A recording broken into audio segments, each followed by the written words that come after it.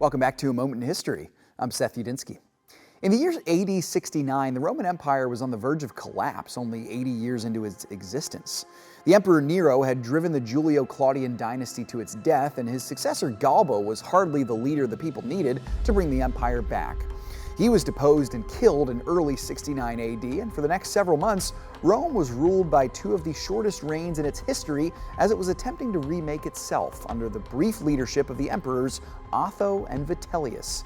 So let's begin with Otho, who held multiple connections to the royal family, some of them a little more unfortunate than others. The first was Otho's wife Poppaea Sabina, whom the Roman nobleman lost to the Emperor Nero early in his reign.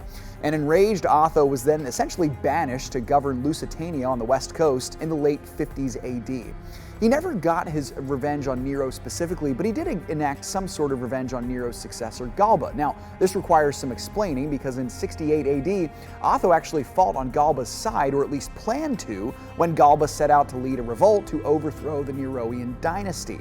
As it turns out, Nero did Galba's job by committing suicide, leaving the throne open for Galba to take, which he took it, but not for long because Otho was waiting in the wings and had his former political ally assassinated, thereby taking the throne for himself in January of 69 AD.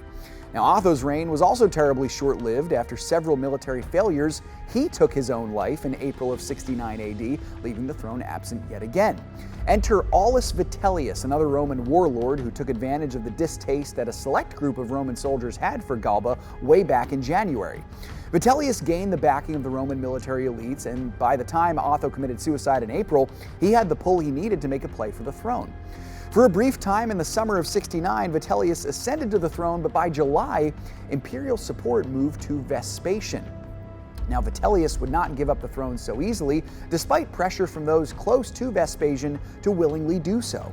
As always seemed to happen in ancient Rome, authority was decided not by talking but by conflict, and Vitellius was killed in Rome by troops loyal to Vespasian in December of AD 69. The end of the tumultuous year of 69 also brought some level of stability to the throne, as Vespasian would rule for the next decade. Thanks so much for joining me once again for A Moment in History.